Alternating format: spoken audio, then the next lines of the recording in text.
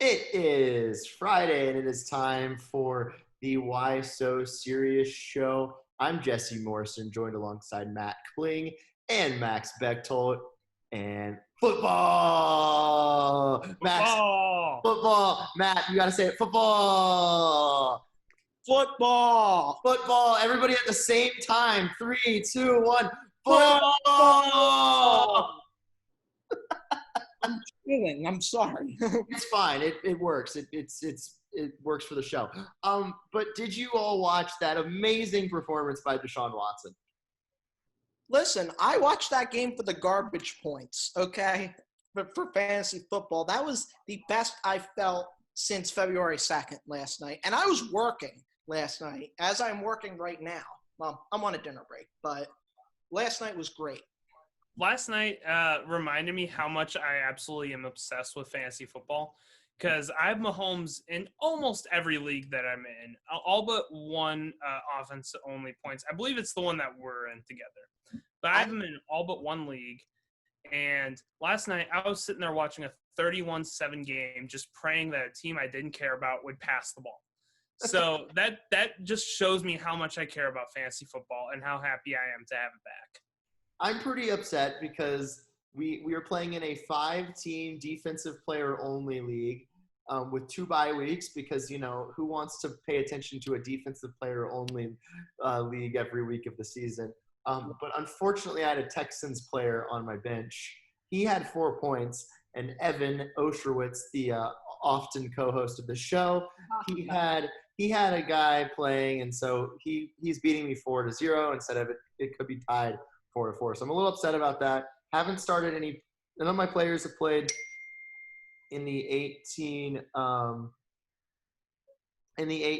team league that we have. That's ridiculously long. You can watch the highlights of our draft. I don't know if Max, I don't know if you've watched the highlights yet. I have. You have the highlight, or debatably the highlight with Evan at the end, where you say, I mean, I'm getting a lot of positive feedback about, I still don't have a tight end. Shit. Yeah, the tight end thing, it was once it got to like round 8 or 9, I just decided to like give content to the show and stop drafting a tight end and hope eventually someone would pick up on that I didn't have a single tight end. And I eventually took a 3rd-string quarterback as my starting tight end. But, okay, what I really want to talk about in last night's – do we want to talk about the serious crowd stuff or how the fact that 17,000 socially distanced fans still sounded like Arrowhead? Hey, I don't want to talk about A because A is just too serious for this. I agree. How they – First of all, that didn't look like 17,000 people. That looked like 27,000. No, it was 17. Yeah, I thought they would have been more socially distant, but at the same time, that's what a Washington football game looks like. It really does. It looks like my team on a normal basis. On a Sunday. I get why it looked like 27,000 is because NFL stadiums look so much bigger than they actually are. Yeah. Most NFL stadiums are smaller than most college stadiums. Arrowhead's huge, though. Arrowhead's 80,000. Arrowhead's huge, but it would be like the 30th biggest stadium in college football. Yeah. And so it looks just so much bigger than it actually is. So that's why I feel like it looked like there was a little bit more people there than 17,000 is because you look at Arrowhead and you're like, oh, that should be like a 95,000 seat stadium. And it's not. No, it's like 80. But from the optics of it, the lower bowl wasn't socially distanced enough. No, that's what I was. But I would attend in the upper bowl if I was in Kansas City. I would not attend it and buy a ticket in the lower bowl. But if I did go and if I called them ahead and figured out the staggering of crowds, I would go to the upper bowl. So here's my thing. Let's say we have an 80,000 seat stadium, all right? Yeah. What is the most amount of people allowed in that you would attend a game for? What do you mean? 20,000. So what's the most people that if they allowed in a certain amount of people, what is the most 20. that you would say, oh, I'm comfortable going to that game? 20,000, honestly. Depends on the stadium, though. But probably 20,000. But I'm saying if it's an 80,000 seat stadium, let's just say 20. 20. but only if it's socially distanced properly, because the thing about last night is the first level. The upper level was fine from what I noticed, but the lower bowl was a little close for comfort. Even though they definitely put the majority of people in the lower bowl. Yeah, so I would attend if it was upper bowl and if it was a little bit better. But like the NASCAR races, some of them have been crazy and people have taken their masks off. So I don't know. I'm trying to get media credentialed to the NASCAR championship because I feel like that'll be a lot safer than going as a fan in the stands. But I don't know. I just wish that there was no COVID so we could go to 80,000 crowd stadiums and stuff. But it'll happen again. I hope. Because nothing is like unless you're Arrowhead, nothing is like a packed stadium. Arrowhead, nothing is like a 17,000 seat stadium. So it was so loud. The interesting thing is there's only going to be one other game with fans this weekend, and it's the Jaguars-Colts game in Jacksonville. Now, so there'll be no fans. Yeah, because already there's going to be, but like the fact that there's actually going to be fans in a stadium that usually has no fans. But the thing is, the Jacksonville Stadium is really nice, and no one talks about it. They have the swim up cabanas. They have they've done some really nice renovations. Yeah. I've been to Jacksonville once. It looked really nice. Yeah, because here's the thing: no one cares about Jaguars football because they're one of the smallest markets in the NFL. And their market is dominated by fans of other teams. And they're the worst team in the league. True. Because if they were the Oklahoma City Thunder, who are always good in a tiny market, they would sell out all of their games, but they're not. But here's the thing is because, my grandma lives in the Jacksonville market. She lives right in between Jacksonville and Tampa Bay. All of her neighbors are not from Florida. None of them care about the Jaguars. And that's the Jaguars' biggest issue. All right, I'm putting on the poll. Are the Jaguars still going to have no fans on Sunday? Even though they're allowing fans. I just put people will get it. But yeah, anything else? Or I would do a big NFL pick thing, but not feeling it right now. But and we also don't have a celebrity prognosticator. The Rams are beating the Cowboys. That's all you need to know. Yeah, Sunday Night Football from an eerie SoFi Stadium, which looks amazing. Yeah. The Rams, I'm just going to say right now, I'm going to get on my soapbox. The Rams are the most underrated team going into this season. I agree with you. Everybody is hating on the Rams. The Rams were 9-7 last year, lost 2 games on game-winning field goals. Would have been 11-5 had those field goals gone differently. They didn't lose anybody important because they lost Cooks, who played in 6 games, and they lost Gurley, who might as well have not played in one single snap of the season because he was useless. And they lost Littleton, who was a great defensive player, but is replaceable. That's all they lost. They went 9-7 last year, were seconds away from being 11-5. And people are predicting them to win 5 games. There's no chance. They are going to be a solid team in the wild card race. They play in the hardest division in football, so they will be behind the Seahawks and 49ers, without a doubt. But they will be right in it for the second wild card spot. I guarantee it.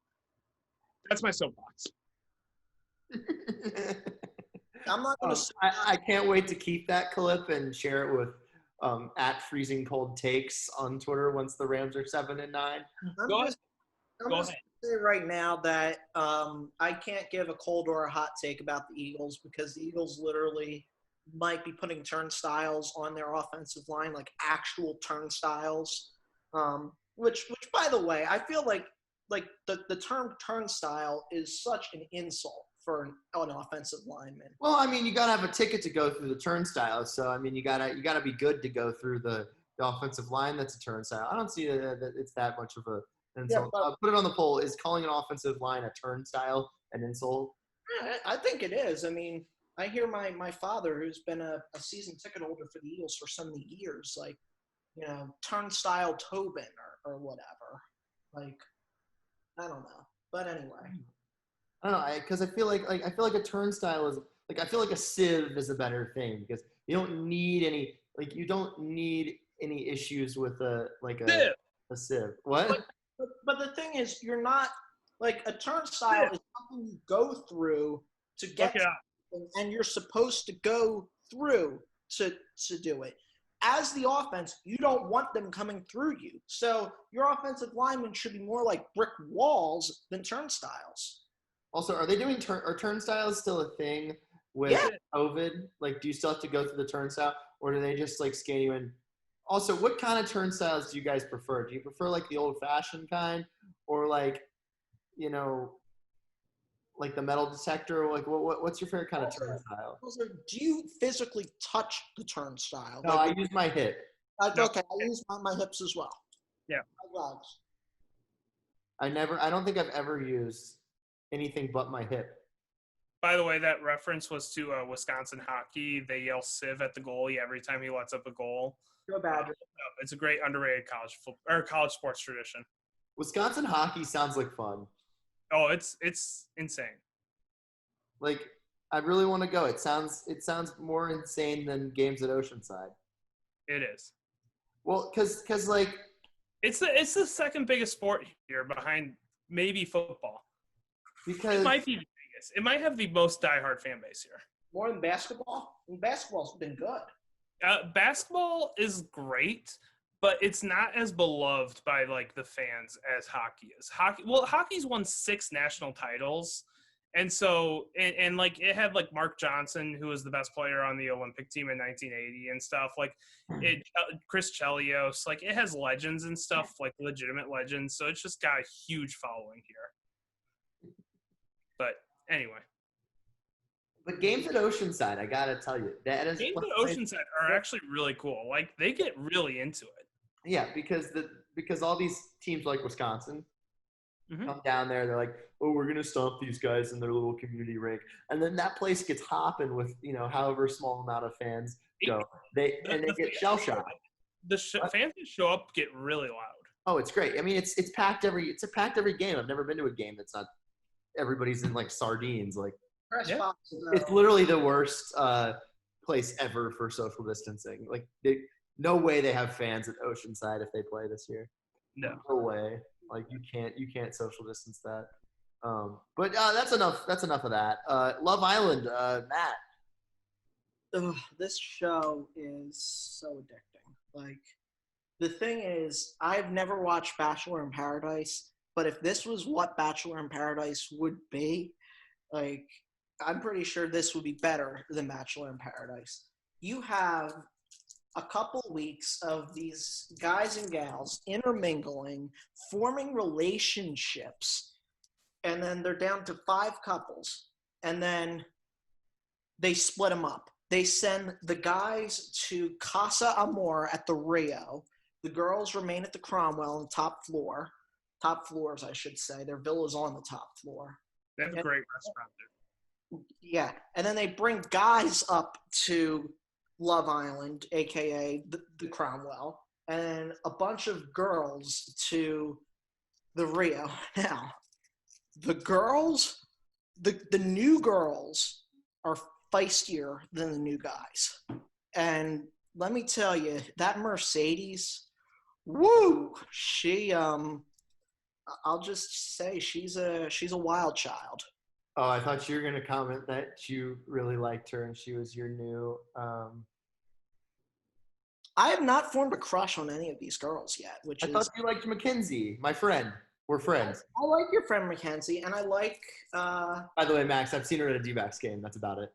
Yeah. I like Kirsten, though, is a very dark horse one. But if I were to rank the OG Islanders, and I'm doing this on the spot, my number 1 OG Islander would be Selly.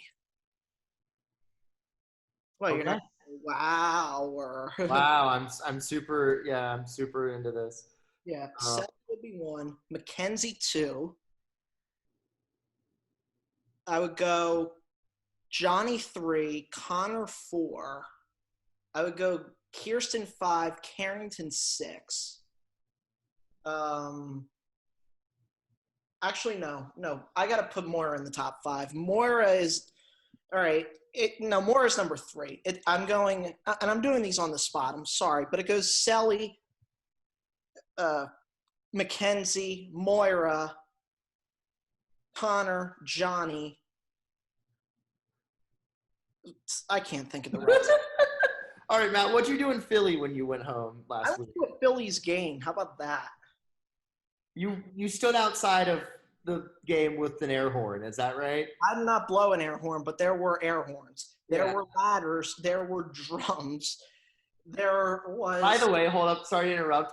It's halftime of the Celtics game, and Kenny is at the board. Yeah. He's doing his board diagram. It's the best part of the show.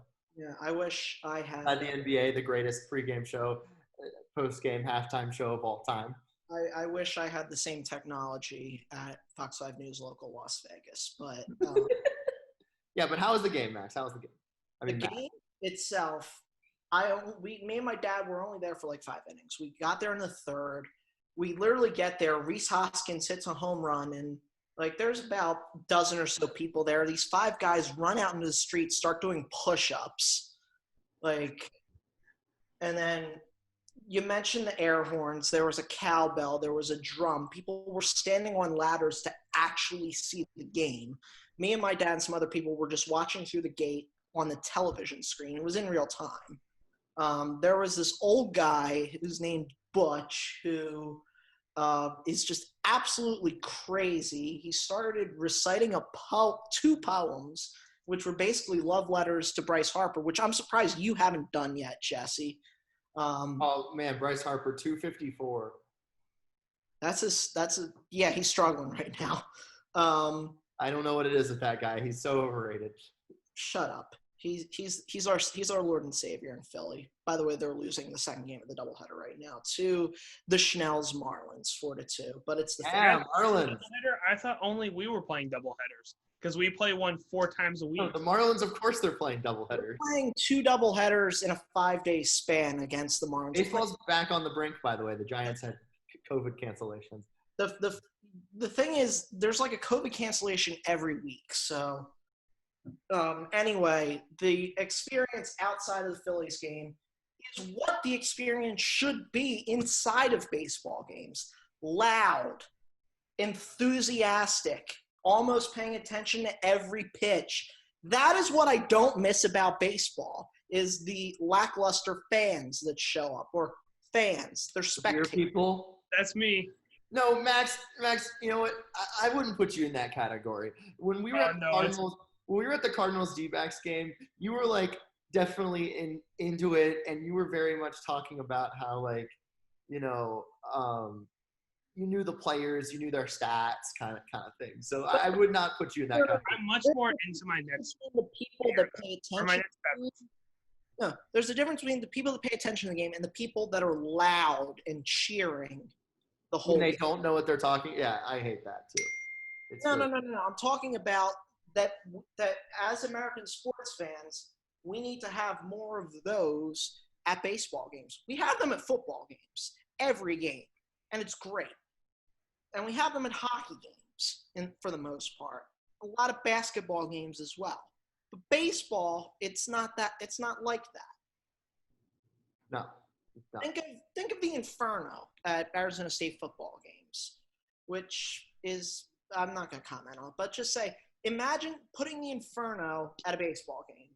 You know, the key jingling, which, by the way, is the worst thing to do. What? That's all college teams He's on the field, they're blasting turned down for what? Kickoffs at ASU are electric.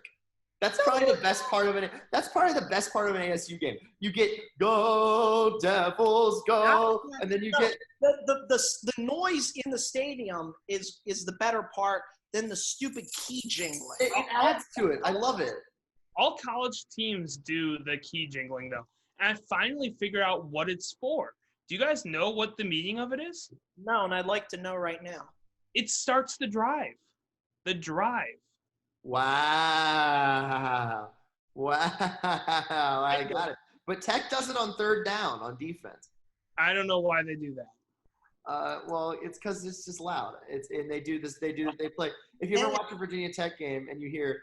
By the way, I just want to interrupt with my biggest pet peeve currently in sports, which is Matt Carpenter making the throw from third to first. Is he not great? Oh, it's so hard to watch. third baseman. He's a second baseman. He's playing third though this year, and it is so bad. His throws are awful. Max, should we skip the LPGA major for now, come back to it later, and just go into what are we doing? Is that your what are we doing? Sure, that's my what are we doing. I mean, I already gave you my what are we doing, which is Jesse running an 18-team. 18. What are we doing? What are we doing? All right, I'm about to get really serious because it affects me personally, but I feel like I have to talk about it. No. I know what you're talking about. Yeah.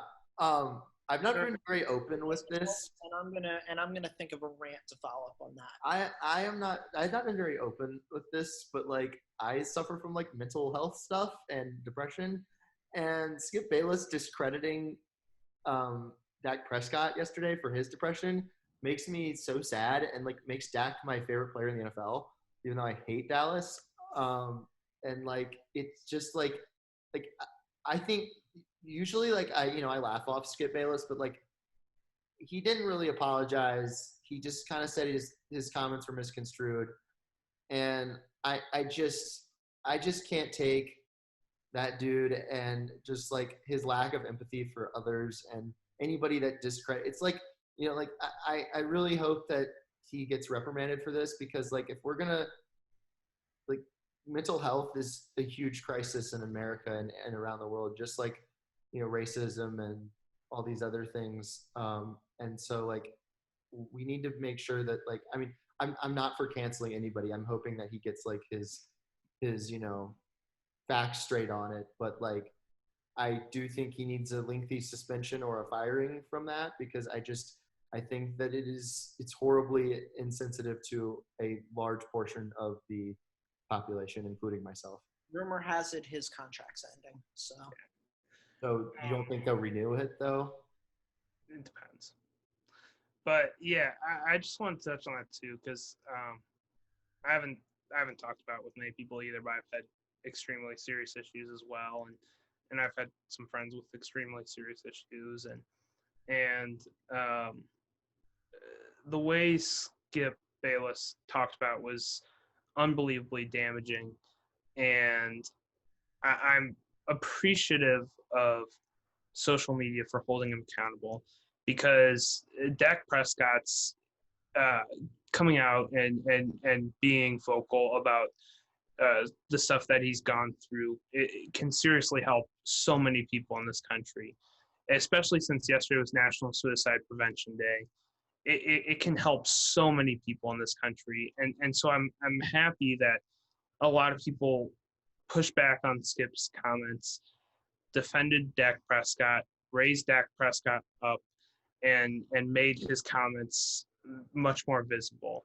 Like I don't know if I've just not noticed it, but like, and maybe this is just a testament to how racist of a country we live in. But like, I haven't really seen anybody on Skip's side with this. It takes a serious troll to be on Skip's side in this situation, like a serious troll. Because this is kind of indefensible on Skip Bayless's part, especially seeing his – because I always say the initial comments aren't ever what makes me upset, what turns me off, what makes me mad. It's the response to it that does. And Skip Bayless's response today was absolutely horrible. He had a day to think about it. He had a day with the response from social media, from the public, and he still came up with that response. It was horrible. And so the response to it in this situation is what really, really makes me upset. Yeah.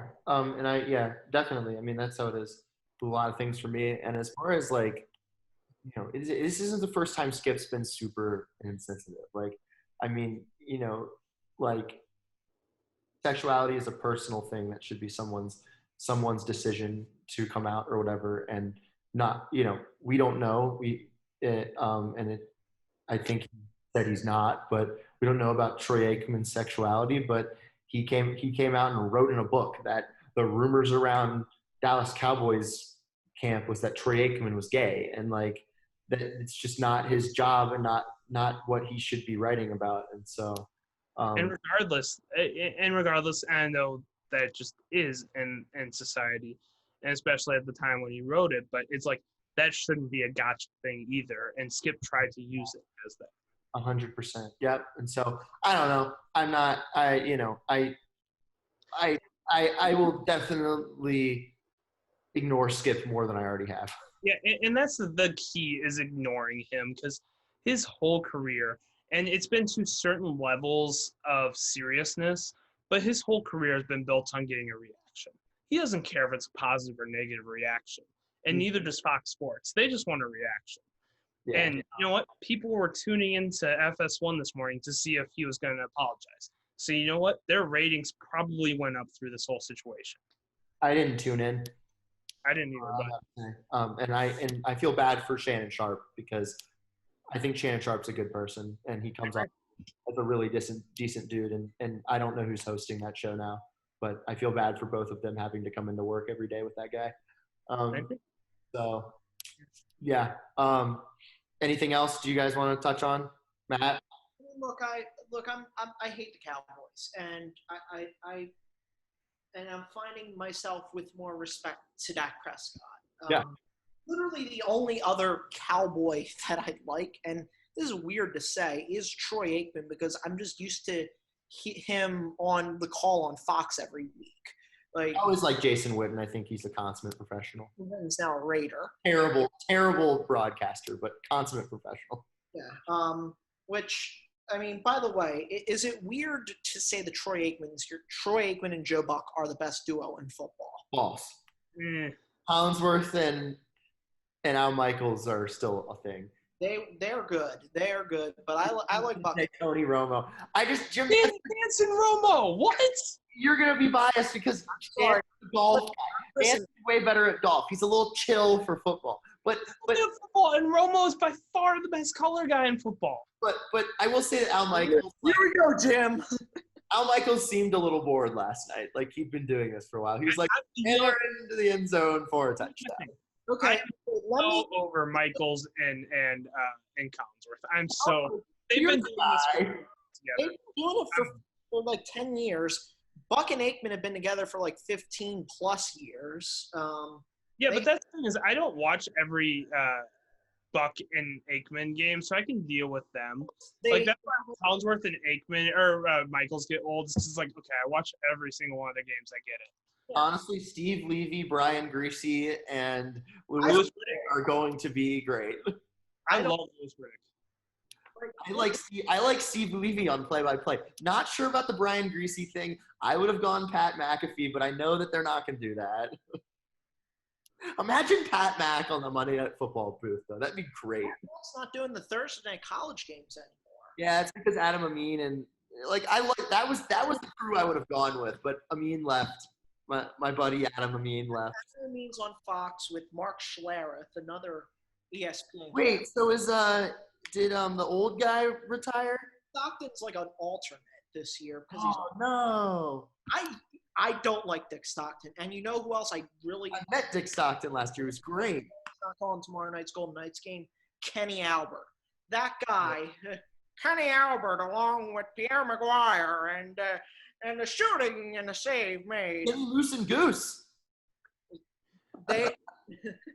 Goose, yeah, but they split them up years ago. I know. But the best college football announcing team of all time was Adam Amin, Dusty Dvorak, and I'll get the sideline reporter's name real quick. Let's see. They are an amazing. They called like 3 years ago. They did ESPN Friday Night College Football, and literally every game was must watch for them. I mean, Adam Amin was on the classic Egg Bowl from last year. So, Max, do you remember Thanksgiving night at your Scottsdale condo and the Egg Bowl with the dude doing the fire hydrant dog thing? I do. It was great. It was because last week's Thanksgiving football was bad. Yeah, it was. Well, until the Falcons had like 6 onside kicks recovered in the last like That was great. That was fantastic. And that was after the Classic Egg Bowl. Yeah, no. Thanksgiving football's overrated. I'm sorry. Molly McGrath, by the way, was the sideline reporter for that team. Gotcha. It's been around. It's an amazing team. Yeah. I should say that I think Aaron Andrews or Michelle Tafoya are the best at their jobs as far as. Maria Taylor is really good too. Maria Taylor's good, but I'm talking NFL. Oh, NFL. Aaron Andrews is really good. I don't know if you've ever seen Maria Taylor in person. She is have. tall. You are shocked at how tall she is. He looks like he's huge.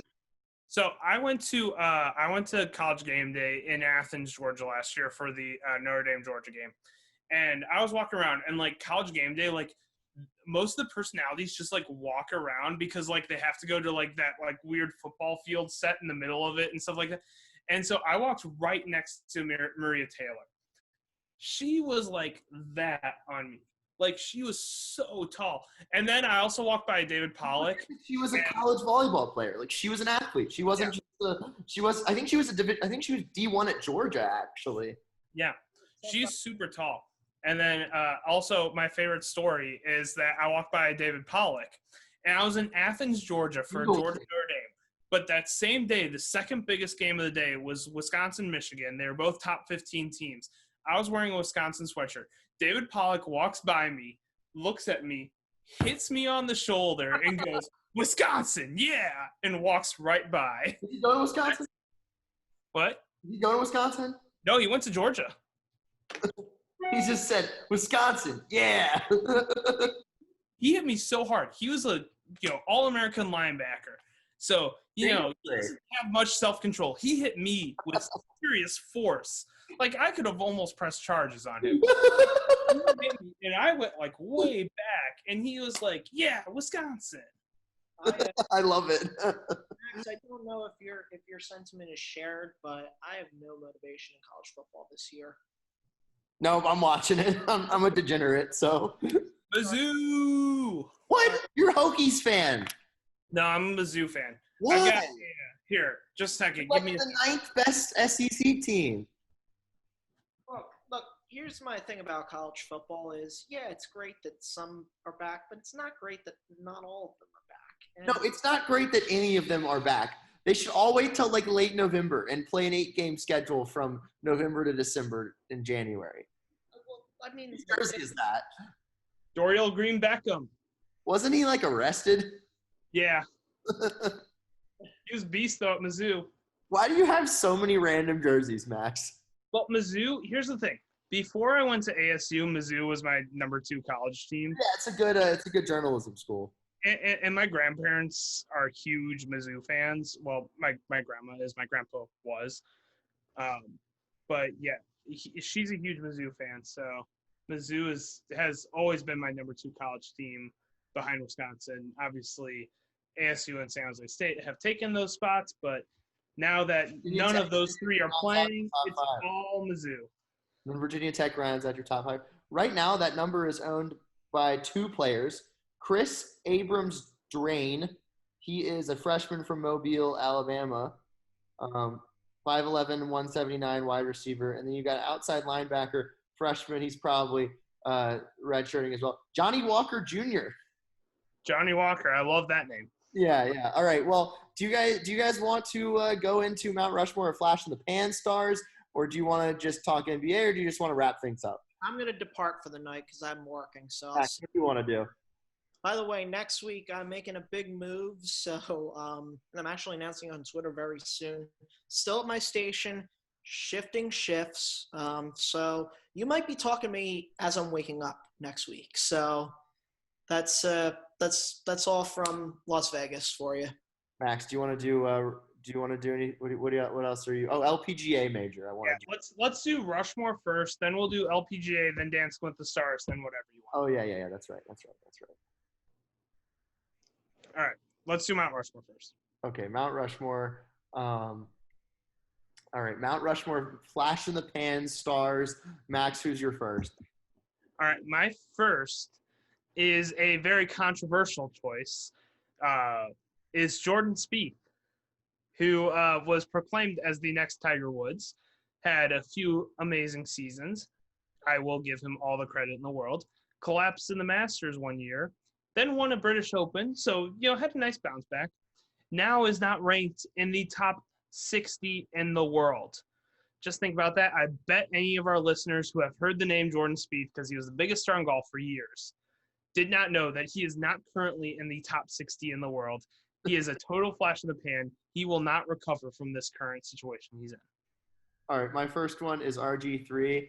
He was the quarterback on the Washington football team, as they're now called, for a year, and he was amazing. He kind of had a 2-year stretch there of Heisman, amazing rookie season, and then he's never been the same, and is just the backup quarterback for Lamar Jackson in Baltimore. And I'm sure he's just saying, "Get the hell down, Lamar." Well, okay. So I don't know who we have on this list, but at one point we did a best stadiums or something. We all agreed that the Rose Bowl was one that we all had. Yeah. Now I'm just gonna say this. I think Jeremy Lin, we can all agree, is just a for both of us is a Mount Rushmore. Yeah. Okay, because I had him on my list, so let's just do a second choice here. Yeah, because Jeremy Lin is so obvious. He had 10 amazing games and did nothing after. I mean, he was okay with the Rockets, but he wasn't the best player in the league. For a month there, he was literally the unstoppable. Kobe couldn't stop him. It was insane. Yeah. And he was watching film at halftime. Who does that? Lin Sanity was amazing. All right, next. All right, so my second choice is Alan Craig. Alan Craig.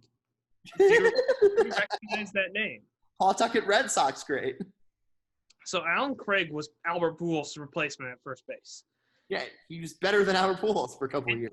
In that year, he hit .310 with 22 home runs and was the best player in the NLCS. Was amazing. Looked like a future superstar.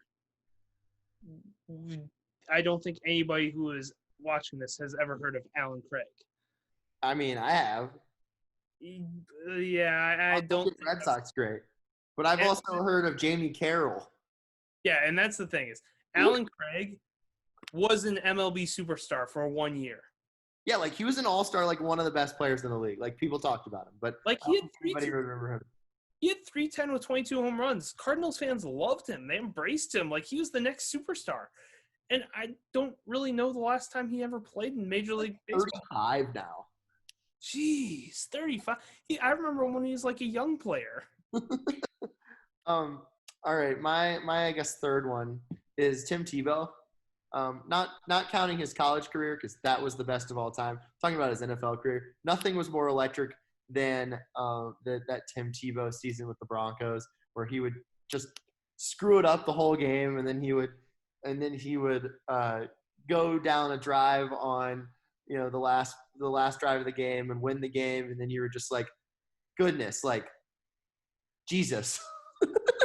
I have a Tebow. You know what I'm saying though? Yeah, I have a Tebow Broncos jersey somewhere in my household. I don't know where, but I was fully buying in that season. I loved it. I loved him. I was so excited. I was watching every single game. Oh yeah, 100%. They were automatically the most fun team to watch in the NFL. Yeah, I mean, we had Jesus winning football games on every final drive. All right. It wasn't him. He wasn't very good. So I don't know if I'm stealing one from you, but we can't go through a Mount Rushmore flash in the pan athletes without talking about Josh Gordon. Flash Gordon.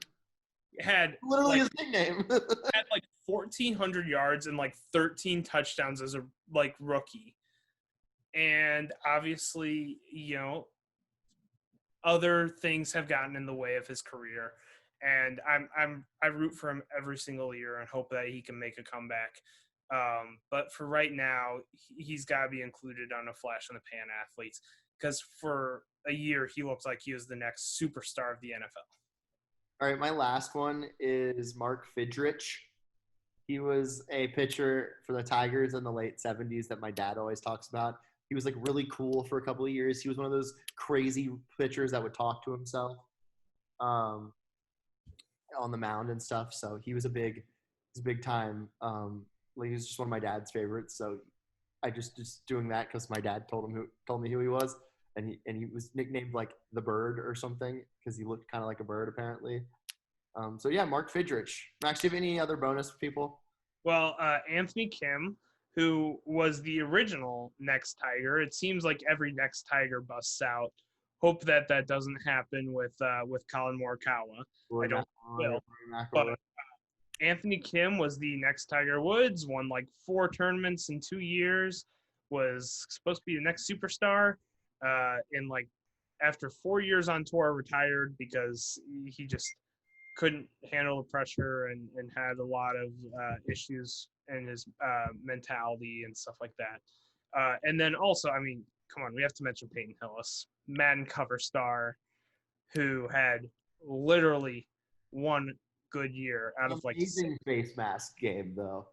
Oh, face mask was fire. It was awesome. Like you want to see a great like just face mask that looks like you look at a Peyton Hillis helmet, like especially with the Browns, like where's it good? Oh yeah, here we go. Look at this beauty. Look at that. It looked like whoever wore that. Do you see it? Yep. Typical fullback face. Yeah, like he was a fullback playing running back, and it was amazing. Well, because he was the fullback on Arkansas when they had Felix Jones and Darren McFadden. Yeah, that was the best college backfield of all time, other than maybe it wasn't. Wisconsin. Yeah, James White, Melvin Gordon, Corey Clement is gotta be up there. But pretty great. All right, Max. So let's just NBA, whatever. It's a close game 7 here. But which one are we talking about first? Dancing with the Stars or LPGA? Let's just talk about. Oh yeah, we got LPGA still. Go LPGA and then Dancing with the Stars. All right, LPGA. I'm excited. It's a major, the ANA Inspiration, which is my favorite golf tournament of the year among all tours. I think the ANA Inspiration is so much. What about the Corn Ferry Tour? No, the ANA Inspiration is so much fun. The course is beautiful to look at. It's in Palm Springs. It's just this oasis in the middle of that desert. It's got all this water. It just looks so lush, so beautiful every year. It is my favorite venue of any college or of any golf event. And this year, currently, my favorite player on the tour, the player that I follow the closest, Nelly Korda, has a 2-stroke lead going into the weekend. And so I don't want to get too ahead of myself, but she plays very, very well with the lead. She's currently ranked number 3 in the world. I've said for years, because she has won 3 tournaments on the LPGA Tour. She's only 23 years old. She's won 3 tournaments. All of them have been in drastically different times. She's younger than me. Yeah. She's won in Thailand twice and Australia once. She has won at like 3 a.m. Eastern time and 2 a.m. Eastern time twice. I have said for years, if she wins one event stateside, she will be the next hyped up big time women's golfer, the next Michelle Wie, the next Annika Stormstam, the next Lexi Thompson. 2 of the 3 of those did really good. Yeah. But here's my thing though. All of them got big names at some point in their career. Nelly Korda is the next one to do so if she finishes this off. So this is a huge event for her to possibly win. She could possibly jump to number 1 in the world if she wins this. She will only be 23. She is a young American with a big personality and a really fun game to watch. She could be one of those that changes the perception of women's golf. She's a long hitter. She plays a different brand of game. She could be a superstar, and she could be one that could bridge the gap on men's and women's golf. And that's something that is desperately needed, as shown by the coverage of this event, where they cut out of it for 4 hours to show the worst PGA Tour event of the season with the least good field, the least interesting field. They cut out of a major in the LPGA to do so. I think this could be one of those things that changes it. Yeah, I'm a big, I will admit that I haven't really watched much women's golf. That's just because I haven't heard much about it. Back when I was a kid, though, I remember that we had Michelle Wie and Annika Sorenstam, and you heard about it all the time. So it's just kind of like they need a big star. And I think that, and I remember what was her name, and like the early 2010s. That was Probably Lydia Ko. Lydia Ko was huge in the early. she was like winning every tournament, right? Yeah. Yeah, so I would hear a lot about her, and then after she kind of stopped winning as much, it was kind of a it just like I just stopped hearing about it as much, and so I'm intrigued. I'm probably gonna try to watch. I'll probably definitely watch if I'm working at the PGA Tour Superstore on a Sunday. They've updated it a little bit. There's some Rory McIlroy posters. It's not all McDonald. There is a Sergio though. There you go. No, the big thing about the LPGA is getting an American star, because they had that with Michelle Wie. They had that briefly with Lexi Thompson, but she kind of turned out to be kind of average. She dominated early in her career, has kind of fallen down as the tour has gotten stronger. Not much more flash in the pan. Possibly, if you really look at her career stats, she might be. But I'll throw along with Nelly Korda and Danielle Kang, who kind of has the same situation. She's been dominating so far this year on the LPGA Tour. She's a young American with a big, fun personality, and she's kind of in contention this week. If she wins this also, that would be her second major. She could be someone that could kind of, bring women's golf to the forefront also. I think that's why this is so exciting, because Lexi Thompson, who I've been talking about this whole time, also kind of in the tournament, only a few strokes back. If she wins this would be her second major also. Another big possibility for her to bring back the women's game. There's so many opportunities for the women's game to really be brought up a lot more with this tournament. Dancing with the Stars. Are you excited for Carol Baskin? No, but I have notes. I have power rankings going into it for my top 5. All right, go. I date these power rankings every week. I don't think Carol Baskin's going to do very well. Oh, she's not in my top 5. So my number 5 is Monica Aldama. I don't know who that is, but she's apparently on the show Cheer, which I've never watched, and she plays the cheer coach, I guess. Okay, that makes sense that she would be good at dancing with. Yeah, that's what I was thinking. Is a cheer coach should be decent at dancing. Okay. My number 4 is Nelly, because Nelly, first of all, I have a Nelly bobblehead. It's a Cardinals Nelly bobblehead. I went to a Cardinals game that Nelly threw out the first pitch. Did he throw a good perfect strike on his first pitch? No, it was really bad. He threw it to David Freese, though. And they gave out a Nelly bobblehead for it. It's him in a Cardinals jersey with a Cardinals hat on. Yeah, it's a great bobblehead. It's one of my favorites. But he's my number 4. He's a rapper, but he's got great rhythm. He's a really good singer. He kind of dances a lot in his music videos. I feel like he has high potential to be a really good dancer. Okay. My number 3 is Vernon Davis, because football players, former Washington player. But football players always do well in Dancing with the Stars. Oh yeah, we all know that. Emmitt Smith did great on it. I think other players have done well on it. Did Rice do pretty well? What? Didn't Jerry Rice do it and do pretty well? I don't know. I haven't watched this show in 10 years.